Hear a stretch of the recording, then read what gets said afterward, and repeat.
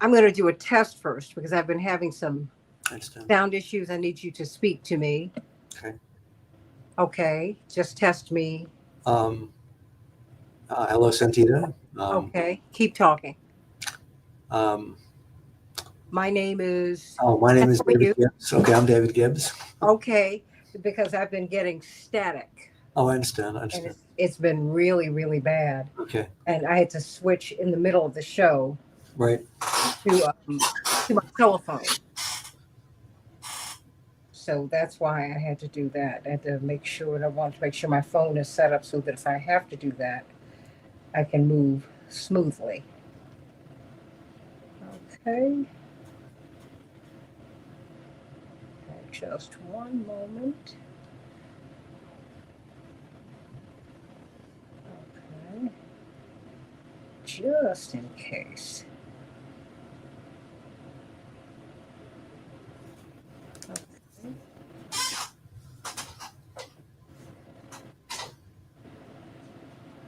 okay, okay. Okay, we are up in 10 seconds.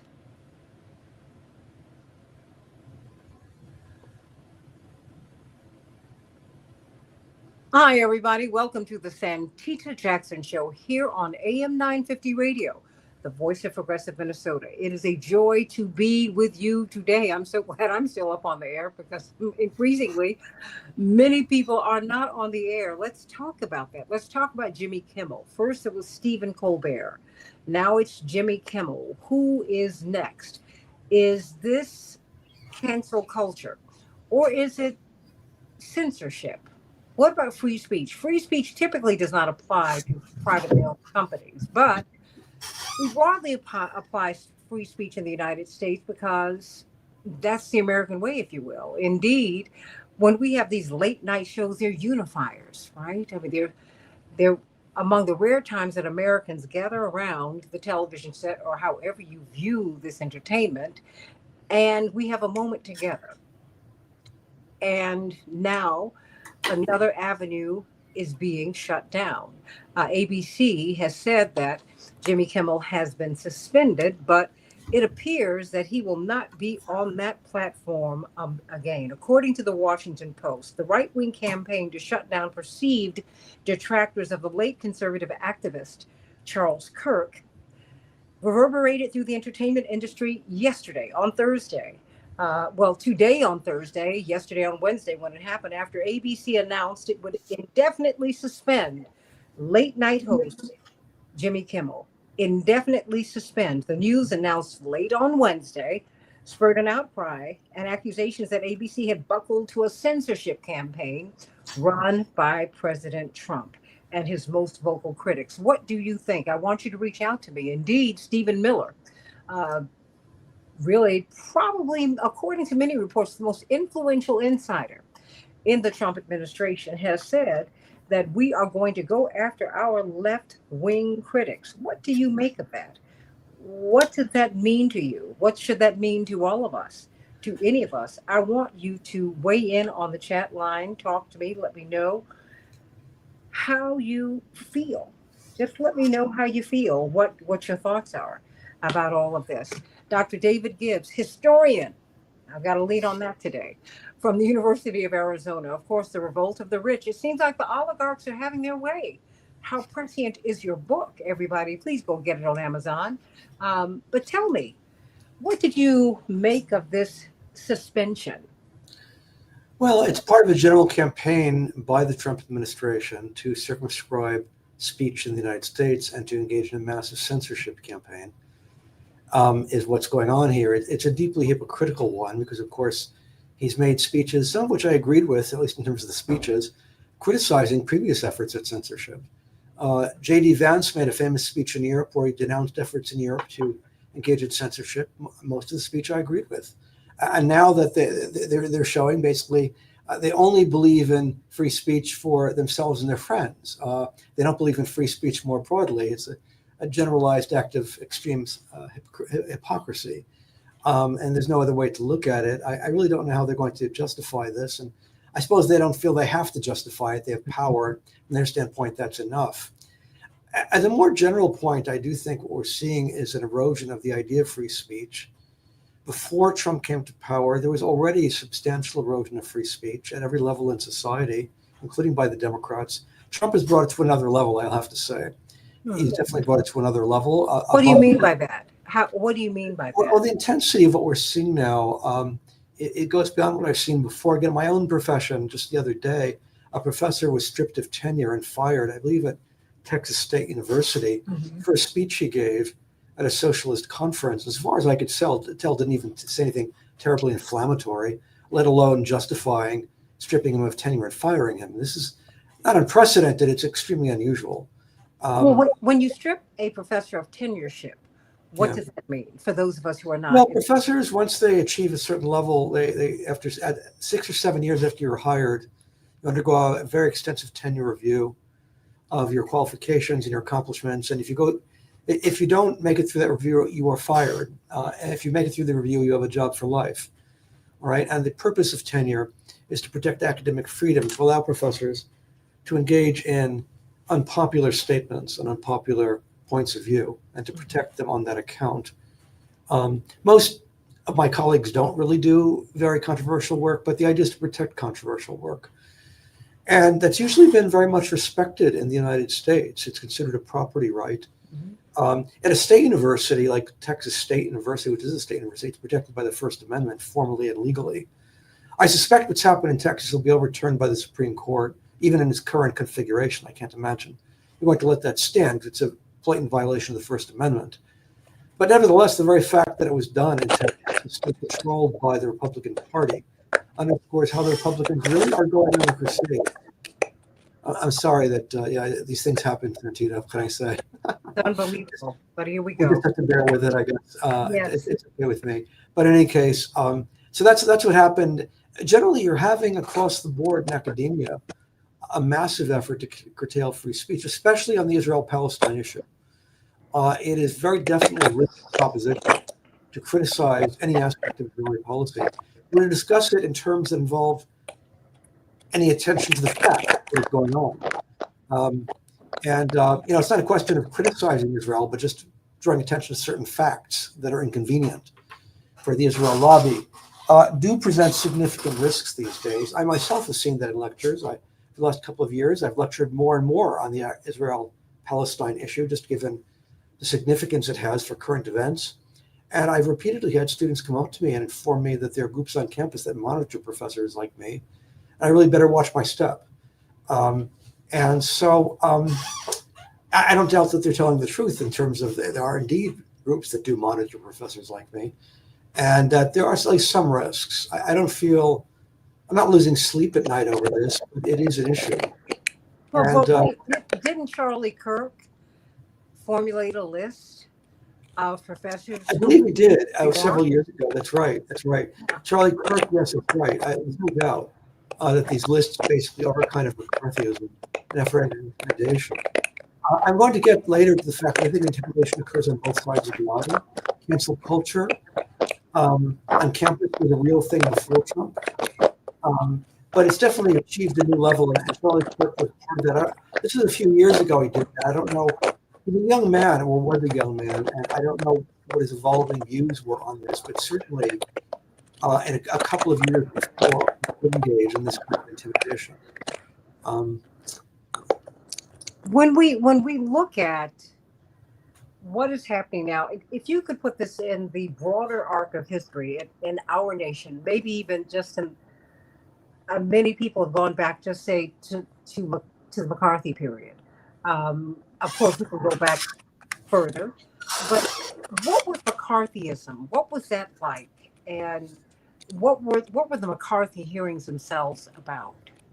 Well, McCarthyism is broadly just Joseph McCarthy, but there was an effort beginning in 1946 to crush the American left. The American left was probably more powerful and held more real influence right after World War II than any time in American history. And it really was enormously influential. And there was a real possibility of major social change in the United States right after World War II. And I think one of the reasons you had the Cold War, there were other reasons too. One of them was to give a pretext to crush the left because it was so powerful. And it was extremely successful, I should add. And there was a pretext was that it's an agent of a foreign power. There's a dire threat to national security. And so that was used to have a broad purge of academia, of journalism, of a variety of professions, even at the level of like K through 12 education. There were acts that basically put people in prison for their political views. And this was done to some extent directed, not just, if any single person stands out more than the other, it's J. Edgar Hoover, all right? Because he was the person who really had the power to implement this and the ability to intimidate politicians who do not go along with him with enormous success. And so this really cast a pall on American politics and American culture from the late 40s into the 1950s. And there were real limits to what people could say in public without endangering their careers and their reputations. And so this was a real, if I'm not mistaken, I believe the institutional tenure became institutionalized in response to these problems as a way of protecting faculty against this kind of intimidation. I think we've been seeing a rise or a reinstitution of McCarthyism. I have to say it's on both sides of the aisle. One of the things Joseph McCarthy was famous for was accusing people in the most frivolous many cases of being agents of Moscow, of being agents of the Soviet Union. Well, the Democrats have done that. I want to emphasize this is not just a Republican problem here. This is also a Democratic problem. Hillary Clinton famously, accused Trump of being an agent of Putin. Now, that's McCarthyism. That's McCarthyism, all right? Anytime anybody said anything factual about the Russia-Ukraine war, well, you're an agent of Putin. Again, that's McCarthyism. That's intimidation. It goes in many directions, of course. If you say anything factual about Israel, you're an agent of Hamas. You're an agent of terrorism, I guess. We've heard that too. So this is a broad-scale problem. I think one of the things we've had is that you've had across the board a generalized decline of respect for the idea of freedom of expression and free speech in this country. And it is a real problem. It's getting worse. And again, Trump has brought it to new levels. But I do have to say Trump didn't invent the problem. The problem existed before Trump. And it's gotten worse over time. Well, when you see figures like Stephen Miller who say that we are now going to go after the left and we are going to make them pay. I mean, he said that. Oh, yeah. And it seems like there's a back and forth, Dr. Gibbs, a back and forth between the right and the left and the right. This was something that we feared with all of the impeachments launched against Donald Trump when he was in his first term, 2016 to 2020. And I remember Dwight McKee, you and a couple of other people said, look, going down this road is not a good thing, because if he comes back, and he appears to be strong enough to be able to do that, they're going to launch into the other side. Exactly. So is that where we are now? Or is where we are. Or is this just partisan, or is this the oligarchy striking back? And I ask you this within the context of your book, The Revolt of the Rich, who in the post-60s period, and they really, really were on a tear in the 70s. Yep. It seems like they were pushing back very hard against that which was progressive. And now, because these oligarchs were going to be behind whoever won. That's right. So that's why I'm saying I can't just say it's a right wing phenomenon. And just as you said, I have to agree with you. I agree. These Jeff Bezos would have tried to curry favor with Kamala Harris, and so would Elon Musk. He would have tried to do. That's just the way it is. It's business for them. That's right. I think we're in a sort of a political knife fight right now, and basically all standards of ethics have gone out the window. It's just a question of scoring as many points from the other side as you can. Even whatever knives are available to you, it's getting quite ugly. And I do think that what people are forgetting, the short-sightedness, is that when the other side gets back into power, they'll do the same thing to you. And you're setting a very bad precedent when that's not likely to end well. And so that's one of the reasons why I thought the impeachment, the indictments, all of that against Trump through networks have no positive effects and would encourage Trump to do even worse, which is exactly what he's doing. Tit for tat, get even. And, that's the name of the game now. I think the only winners would be the oligarchy. A lot of them is distraction. The oligarchy loves distraction because while we're being distracted, like a war is going on.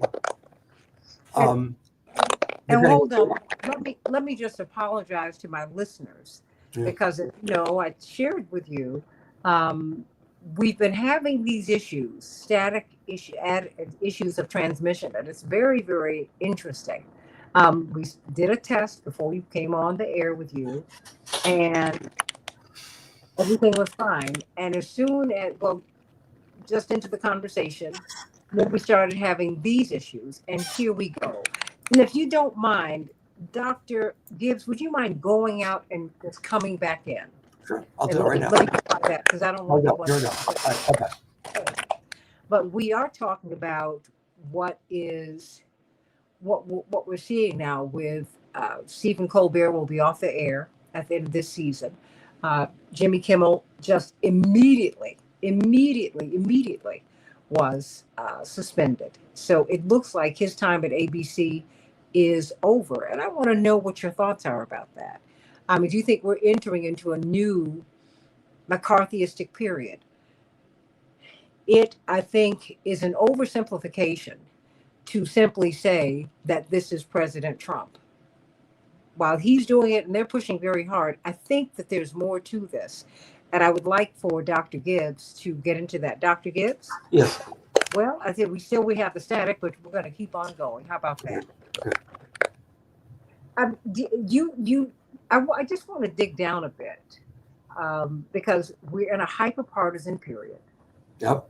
And everyone is siloed. And I mean, the biggest network in the country now is YouTube.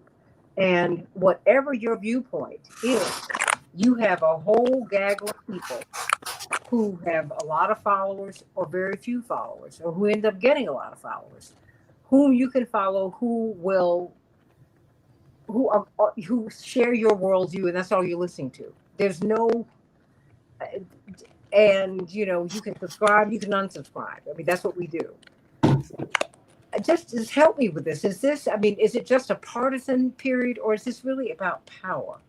Or is it a little bit of both? Well, it's about both. I mean, there's no doubt there's a real hatred in the country right now. About half the country hates the other half of the country. A lot of things, I honestly think a lot of this is stylistic and kind of language-based. And I think if you look at a lot of substantive issues, the disagreements aren't always as huge as they seem to be. For example, most Americans support abortion rights, some degree of abortion rights, right? Most Americans support, for example, right to gay marriage. The vast majority support, including most Republicans, support gay marriage. Most people, a majority, favor at least protections against discrimination for trans people, okay? So there's some broad agreement on these things. And it's a fairly narrow range of issues that we're fighting about. And I think that these things could be resolved if people just want to base. A lot of this involves language. Do we want to use words like intersectionality or hate words like that? Do we want to use gender neutral pronouns or not use gender neutral pronouns? To me, these seems like very silly issues, not worth fighting about. But here we are. And there's kind of a absurdity to this that I find very curious. And again, the only people who benefit from this are elites benefit because it's a huge distraction from substantive issues. It's a wonderful opportunity basically for elites to get everything they want because while we're fighting about pronouns, elites basically are restructuring the laws in a way that benefits themselves. That's certainly what happened in the 70s, and I think we're seeing a replay of it right now. I do think that one of the things, a general point I want to make is that what we're not seeing is a principle of protection of free speech. If free speech means anything, it means that you favor speech for people you hate and people whose speech you hate. And if you don't favor that kind of speech, if you don't favor the right of people to say ugly things, you really don't favor free speech. And the problem is in censoring people is they'll come and censor you, all right, back. And that's the way it plays out. And I think the high point to me, a good example of what authentic commitment to free speech looked like is this. In 1987, in Skokie, Illinois, the American Nazi Party wanted to protest Skokie, have a big march in Skokie. It was the predominantly Jewish suburb of Chicago. And the American Civil Liberties Union insisted on the right of the Nazi Party to parade because of the First Amendment. And they had a significant number of their lawyers who defended them were Jewish lawyers who detested the Nazis. And they defended it anyway, not because they liked the Nazis, obviously they hated the Nazis, but it was the principle of free speech they were defending. Okay, and to me, that's the standard, is that you have to basically, it's an extreme case, and I'm using it because it's an extreme case, but it illustrates a larger point. Well, what we has need happened? All forms of speech. But something has happened since that time, Reagan. Had happened since that time, because I remember our father taking us to a big synagogue in Skokie to stand with the Jewish community at that time. He took my brother, my sister, well, my sister was too young, but he took me and my brothers out there with him because he wanted us to understand what this was about and why we need to stand with the Jewish community. He said, it's them today, it's us tomorrow. It's just, but in principle, you do have to defend free speech. We have to have that. Exactly. But that's right. But something, and there are no buts to that. There are no buts. But what is going on here? Because it seems that this is having this chilling effect on just not just on the political discourse, but just on the country. Because I would think that the McCarthy period did more than chill political discourse. It did something else to the nation. What do you think that? I wasn't alive at the time, but one of the problems and restrictions of free speech is not only people have the right to speak, people have the right to hear. All right. And for example, when you restrict speech on Israel-Palestine, you restrict the ability of the public to get the facts of what is going on with regard to that issue. Okay, you're not only infringing on the right of people to speak on that issue, but the right of the public to have the facts. And so what we're getting basically is a much more impoverished conversation when certain issues are being restricted. This is even more true, by the way, with regard to Ukraine. There's a whole range of issues here and facts that are being suppressed by restrictions on free speech on the issue of Ukraine, Russia, that the public has a right to know. And the public doesn't know because of restrictions on free speech. So there's an enormous cost to be paid for this. And most of the time, there are exceptions. Most of the time, free speech, restrictions on free speech doesn't work. All it does is make people angry and increases the risk of violence. All right, and I think there's a very real risk of violence, and we've seen some examples of that recently, and it can get much worse. And I think efforts to sort of put a lid on free speech just makes people angry and increases the likelihood that they'll do something violent. And I'm very worried about the possibility of escalation of violence right now. This is, in many respects, people have compared this not so much to the 50s, but to the late 60s in terms of the intense social divisions and tension and hatred. There's a lot of that in the late 60s over a range of issues, all right? Over Vietnam, over desegregation, over all sorts of issues. There were huge tensions in the country in the late 60s. As a child, I just vaguely remember them seeing some of this on TV. Now is much worse, and for this reason, is that the 60s had high rates of growth. It was prosperity. People were relatively prosperous. That's gone now. And so I think one of the things that I think would at least damp down some of the hatred is that incomes are going up in the late 60s. Incomes are not going up substantially now. And so hatreds, I think, are potentially much more dangerous now than at any point maybe in the last century. And I do have fear that we've seen with regard to the assassination of Charlie Kirk, the assassination of the Democratic legislators in the state of Minnesota. I fear that could be a harbinger of much worse to come. And efforts to restrict free speech will just make that worse and increase the likelihood of violence. Help me to understand this, because in my lifetime, but I was too young to remember this, but I do remember my parents had tremendous respect for the Smothers Brothers. For which one? Sorry? For who? The Smothers Brothers. Oh yeah, I remember them. They, Yes, yes, I remember them. Yeah, they were so popular, and they had they were. Oh yeah, a network television show, variety show, and they're funny. and They're funny too. funny, very talented Yeah, musically. Were I just thought they were. I remember just watching the show, and I just thought they made me giggle. But I was a very very little girl.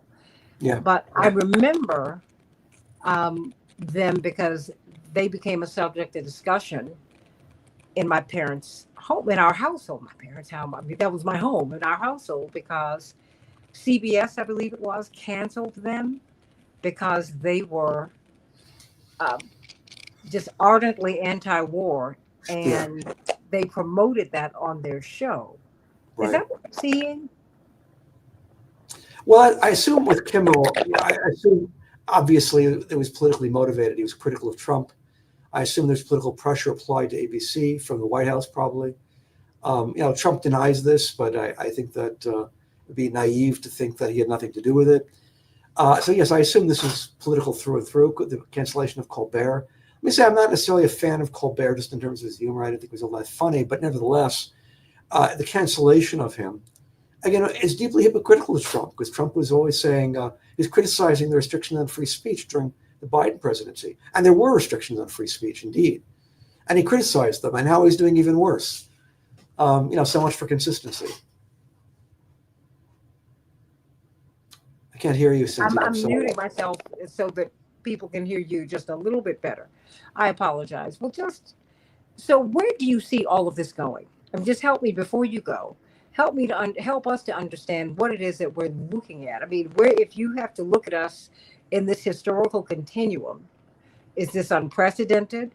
Is it a resumption of the McCarthy period? Are we watching, America trying to shut down dissent as they did during the Vietnam War? I mean, because this train of thought seems it's always been with us. Yeah. The powerful always try to shut you down, and yet, what is will it work, and what is the net effect of that? Like I said, the net effect basically is to, deepen the intense sort of cultural tribal war that we've had for several years now. We never had a president who was quite so overtly divisive as Trump. I mean, Nixon was sort of quietly divisive. He used coded language, but he was careful in public at least. His vice president, Agnew, was more assertive publicly, but he was the vice president. He was seen as a bit of a hatchet man, but again, it was seen as up to the vice president to take the low road. Nixon, at least publicly, tried to present himself as high-minded, even if he wasn't. Trump makes no pretense of being high-minded. And so this really is unprecedented, at least in my lifetime. I can't think of a president who was quite so overtly contentious as he was, and so willing to stoke division as he is. Vance, he's not stupid. Vance is very intelligent. He's very much getting into this. And what I don't really understand his thinking, what he's going to accomplish from this. Because again, I just don't know how he's going to benefit anybody except the elites. Vance obviously is very connected to Peter Thiel, the elite structure of America. He doesn't come from that structure; he comes from poverty. But in his young adult life, he was very connected to American elites. And so, it's possible this is something that's just very useful for them. So I don't think they violently object to it. I do fear, again, there's just going to be deepening violence. I think basically a lot of there's a mutuality here. They're both playing off each other. Both the Democrats and the Republicans and the activist left, basically, are stoking these cultural issues in very foolish ways. And then trying to censor the other side. Let's not forget, we should not forget the Democrats have a lot of responsibility for this. Remember during the election, Waltz, the vice presidential nominee, said, there is no protection of free speech or hate speech or for disinformation. Well, he needs to read the First Amendment. The First Amendment does not allow protection of free speech, even in cases of hate speech or disinformation. And obviously, who gets to decide what's disinformation? Right? Would he want to give that responsibility to the government? I don't think so. I would not feel comfortable with that at all.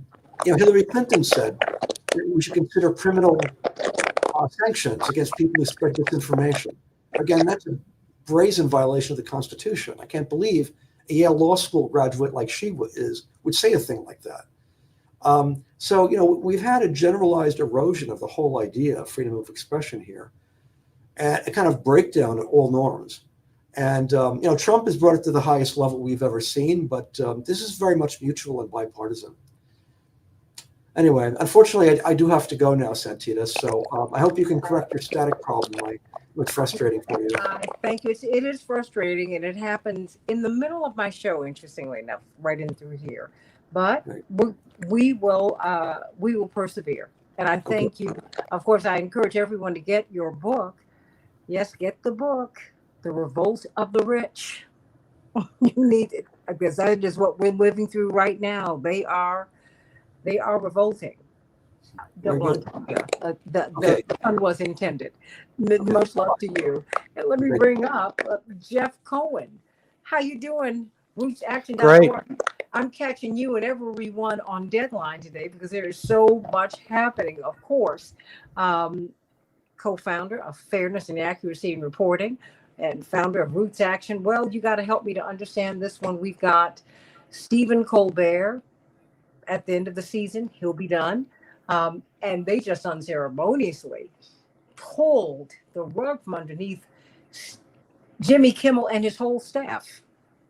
I mean, it was shocking. We have to understand that there were a lot of people who were employed,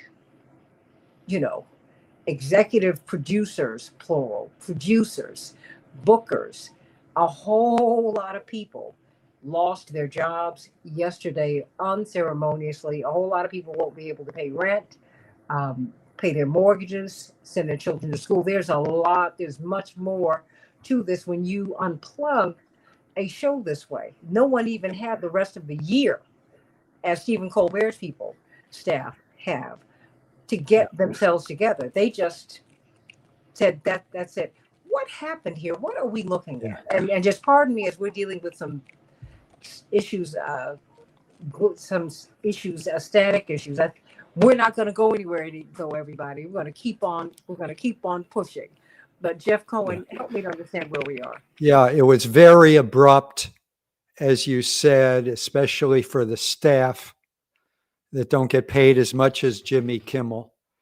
But it's not abrupt in the sense that things have been building this way for decades. For decades, the media system has been turned over by the politicians to ever bigger media conglomerates.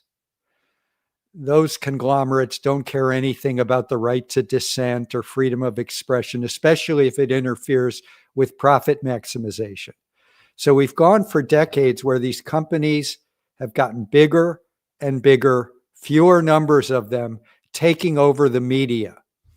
And when a company like, we remember what happened with Colbert, it was because Paramount was in merger negotiations with Skydance, and the FCC was needed to approve that merger that made Sherry Redstone, the head of Paramount, $2 billion richer on the day that Trump's team approved the merger. So they sacrificed Colbert. Well, with Jimmy Kimmel, again, this has been building for a long time. In 1996, Bill Clinton, the Democratic president, working hand in hand with Newt Gingrich, the Republican Speaker of the House, they passed a massive change of the media law. It was called the Telecommunications Act of 1996. Before the act, one company nationwide could only own 12 television stations. Today, we have two companies. One is called Nexstar, and the other is the right-wing pro-Trump Sinclair Broadcast Group. Nexstar owns or operates more than 200 TV stations across the country. Remember, prior to what Gingrich and Clinton did in 96, they could have only owned 12. And now Sinclair owns or operates almost 200 TV stations. So it was those two companies that pressured Disney to fire Kimmel. because Nexstar is about to have a merger that will make it by far the biggest television company in history. And they need FCC approval of the merger, and they need the FCC to make the caps on ownership even looser. And they were pressuring Disney. They said, we're taking Kimmel off of our ABC affiliates. Remember, they own or operate more than 200, and many of them are ABC affiliates. The same thing with Sinclair Broadcast Group, a Trump company. They own or operate almost 200. Many of them are ABC affiliates. Sinclair is demanding that Kimmel apologize. He didn't do anything wrong. He didn't say anything wrong. Apologize to the Charlie Kirk family and make a donation to Charlie Kirk's right-wing organization. This is the kind of ownership of the media we have.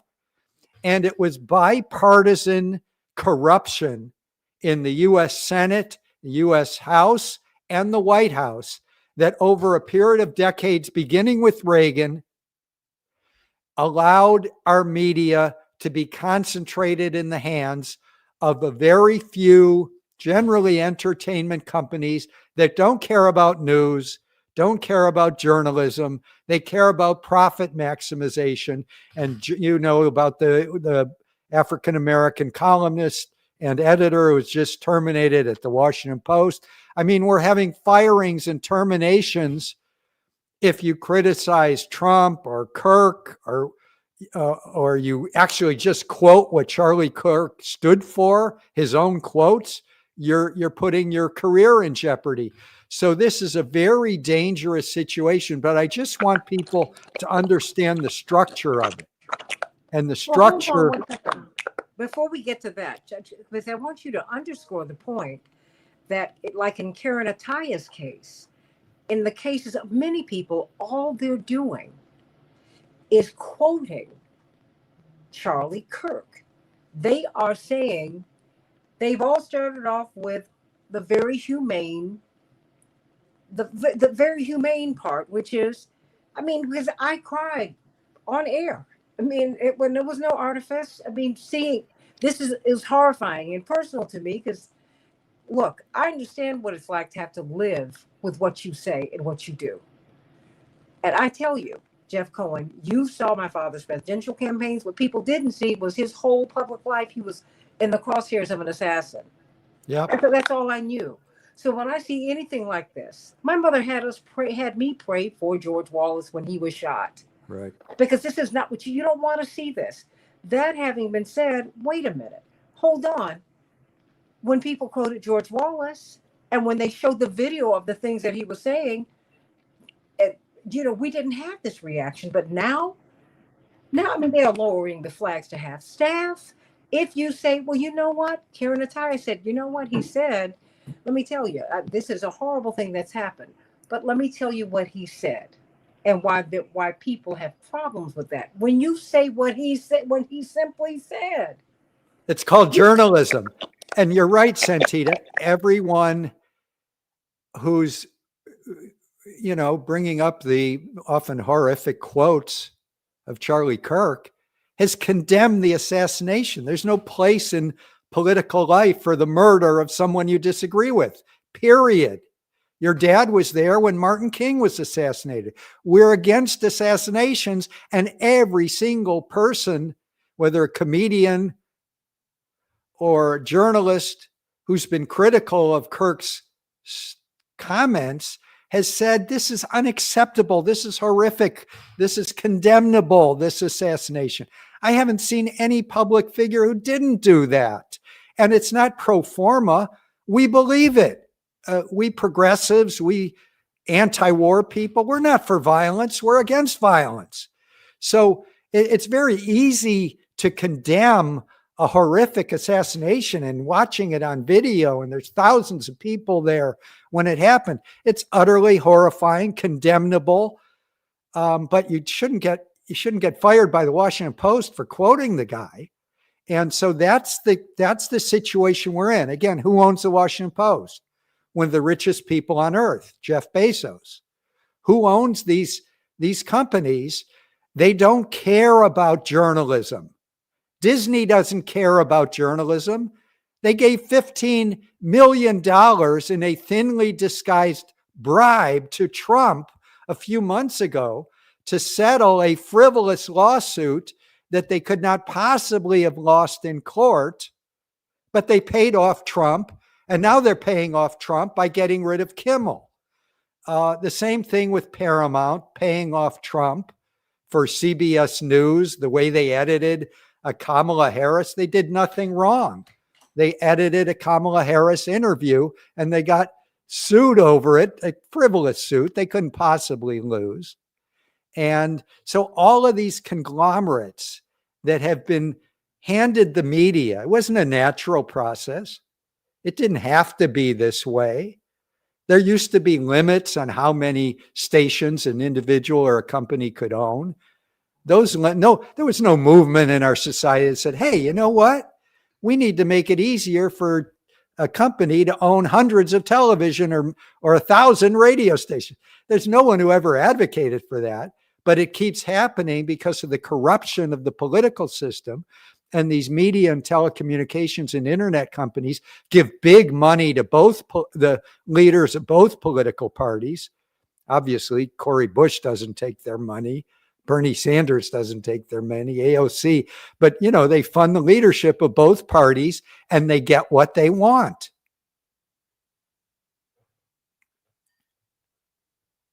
I have to mute and unmute in order to try and calm this static I down. think my daughter is here. Let me let her in. Oh, of course. Well, everybody, I want to know what it is that you think about this. You can come in. Because there was a time when you did not own everything. And I remember when Rupert Murdoch was making his inroads about 40 years ago. You recall that. When he was beginning to make his inroads into as an Australian, he acquired, how you doing, sweetie? He acquired his American citizenship. And everybody said he should not come here acquiring all of these media properties. It's going to change how we get our news. It's going to change who we are. Yeah. And that has happened, and it's like barely a peep. Yeah. And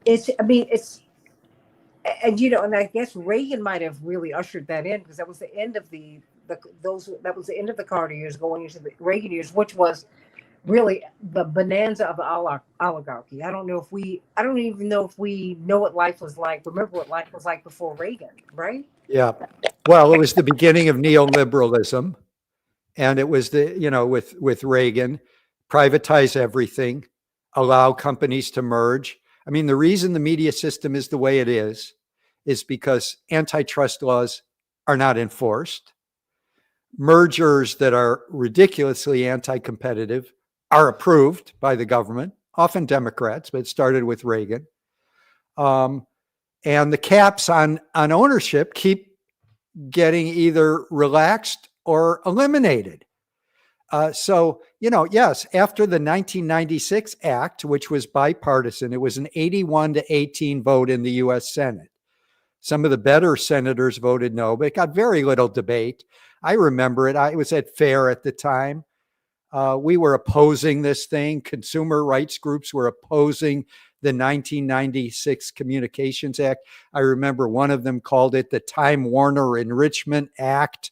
It allowed these companies to keep merging. And a Consumer Federation of America tried to buy time on CNN because most of the media wasn't covering this massive change in media law and telecommunications law, and CNN wouldn't sell them 30 seconds of ad time. So, I've watched this in slow motion for decades. So, as someone who has survived the Trump years because of the comedians, because of Colbert, because of Trevor Noah, because of Jon Stewart, and the others, John Oliver. The comedians are the best thing we have. And one by one, they're going to be gone. So what's the lesson? The lesson is you've got to support independent media. You've got to support programs like Santita Jackson's show. You know, there's only a little bit of turf that we have. We need to expand it. We need to support it. If you've got an independent voice, if you're a media consumer and you found an independent voice, you have to use your social media and your email to tell people about it, because Santita Jackson doesn't have a big ad budget. You know, Democracy Now! Doesn't have a big ad budget. Our website, progressivehub.net, we have no ad budget. So you're competing with these huge media conglomerates that have been given so much of the media power. And we just have to keep fighting. I think that Colbert, Jon Stewart, and the Daily Show team, they're all going to have to go independent. Remember, Paramount that terminated Colbert or announced his termination, they also own Comedy Central and The Daily Show. And John Oliver over at HBO, he's owned by, Warner Brothers Discovery. And Kimmel just got suspended by the conglomerate Disney. And when I was at MSNBC with Phil Donahue, and we all got terminated because we were questioning this horrible, ridiculous regime, region destabilizing Iraq invasion, and we all got terminated for it. We were at the Comcast, it was then General Electric, now it's Comcast that owns. Let me just point out, you were terminated while the network was growing, and it was their number one show. Right, but that's not uncommon. Right. I think, people don't realize that's not as uncommon. 60 Minutes is probably the most profitable news show in American history. And they squeezed it, Paramount did, so the merger, to please Trump, so the merger would go through, so that the head of CBS, the head of 60 Minutes left, and then the head of CBS News. So even if you're profitable, but you're obstructing a merger, or in our case, we were the number one watch show on MSNBC, which wasn't saying a lot because it was always in third place after Fox News and CNN. But we were the number one show, and they terminated us. And they know we could have gotten big ratings, bigger and bigger ratings, if they'd allowed us to do what we were hoping to do. But they were trying to placate Bush because they wanted the FCC rules changed at that time. And you remember Colin Powell was the Secretary of State who helped facilitate the war with that horrible speech at the United Nations that was packed with falsehoods. And his son was Bush's Federal Communications Commission chair, who was trying to change the rules in favor of these conglomerates to allow these fat ones to get even fatter. And that's why we had so much pressure on us, Santita, even though, as you say, we were the most watched program on MSNBC. So that's what people have to understand, that ratings alone don't save you. Many other programs have been killed. The guy at MSNBC, I'm blanking on his name, but he opened the door for Rachel Maddow. He was the number one show when he got terminated, or when he had to, when he was fighting with the, Keith Olbermann. So again, these mega conglomerates, they're thinking long-term profits, placate the government so we can get even bigger and bigger and bigger. And you can't really have a democracy when 5 or 10 companies have a stranglehold over the media and information system. That's not democracy. Well, let me ask you this before we go. What now? What now? Because as I'm looking at this, I think of the Smothers Brothers. I think of Richard Pryor, who had a very, very short-lived show on NBC, but when people ask this genius, someone who was acclaimed as the most brilliant comedic genius produced in American history. And he said, I guess I told the truth. Yep. And so I'm wondering, well, I mean, it is programming, if you will. What is the point of watching these shows? What is the point of watching the news if I'm not getting news? What is the point of, I mean, because they'll bring Greg Gutfeld from Fox. You know, he's the comedian in chief over there. I mean, and I love all my people at Fox. I love them to death, whether I agreed with their politics tonight or not. They're my dear friends, and personally, they've been very kind to me. That having been said, I don't like what's going on here, and I don't like when it's Yeah. coming from the left or the right. Yeah. At this moment, it's coming from the right. It's bearing down on the left, but eventually, it's going to get everybody.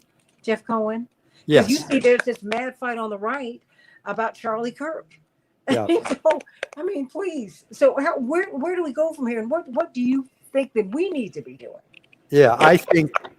I think that people listening to your show should join organizations or form organizations. If you're sitting here isolated and you were a fan of Colbert and you know he's going to go, you're a fan of Kimmel and he's already gone. Richard Pryor never got to do he deserved. But, you know, you got to form organizations. If you're sitting at home isolated alone, you're just going to go into the sea of despair. So you join a group like fair.org, FAIR, and you challenge media and censorship with a bunch of other people. And the key is to support independent news outlets, to support community radio, to support websites that are getting the information out. I know, Santita, you and I are always exchanging articles from commondreams.org. That's a nonprofit. They need donations. They don't have huge donors, obviously. They're not give corporate donors. So that's my message, is become a media critic and a media activist and challenge bias. There's a petition going around to try to save Jimmy Kimmel. You know, it's against Disney, fine. You got to do this kind of thing. You can't take media bias, media censorship lying down. You have to react, and you have to fight, and you have to spread the word about independent voices that might be anti-corporate voices. And, you know, our media is so corporatized. Most of the public, by the way, agrees with the broad progressive view, the one your dad outlined, the one that Bernie outlines, which is tax the rich, help the poor, strengthen Social Security and Medicare, have Medicare for all, have free public education. This isn't just popular with leftists or Democrats. It's broadly popular, but that point of view would have more taxation on corporations and not allow corporations to just keep merging and merging. There would be antitrust. So obviously, when you have a media system dominated by a few conglomerates, they're not going to want too many voices on there that are questioning the power of the billionaires and the power of the conglomerates. I was on television, as you know, year after year in the 90s and early aughts, and I basically got banished along with Phil Donahue in 2003. And that's what happens to people. But, you know, I've had a career in academia and independent media after that. And that's what we have to do, is build independent organizations, progressive organizations, pro-worker organizations, civil rights organizations. The key is organizing. If you're sitting home alone, you're going to get utterly depressed at what's going on. Form organization. And if you're an activist, you have to be a media activist. That means if you listen to Santita's show day after day or week after week, spread the word about it, because she doesn't have a big advertising budget. It's the only way we fight back. I thank you, because I don't have an ad budget, and me and a couple of volunteers, but we get them up every day. And I thank God for your support, because when I reach out to you, as busy as you are, You and Norman Solomon always reach back, but you're writing something on Jimmy Kimmel, I understand. And Yes. so we'll let you go so that you can write It'll that. be in, I assume it'll be in Common Dreams tomorrow and about 10 other websites, I assume. Well, don't worry, you'll hear from me because we have Keep Hope Alive on Sunday, and I want you to explain, give us your analysis, because I think this is a very interesting time. But you make the point. My father says we've never had a fight that we did not win. He said if you don't fight, you're guaranteed to lose. If you do fight, you just might win. And we have never been in a fight that we did not win. Slavery, we won. The rights to vote for everybody, we have won. We have made America what is America supposed to be. Now it's your turn. Duck, duck, goose. Tag, you're it, everybody. Yeah. Jeff Cohen, rootsaction.org. You want to say something before we go? No, that's about it. Thanks, Santita. Sending you Keep up so the much good work. love. Thank you. All right. You too. Bye-bye. Everybody, And say hi to your parents. Bye-bye. Oh, my love to your daughter. Hey. Okay, yeah. Thanks. Everybody, please stick around for the second hour. We're going to be talking about the hanging in Mississippi. Trey Reed, a 21-year-old student, was found hanged. Corporate media are not, and independent media say that we don't have enough information yet to determine that this was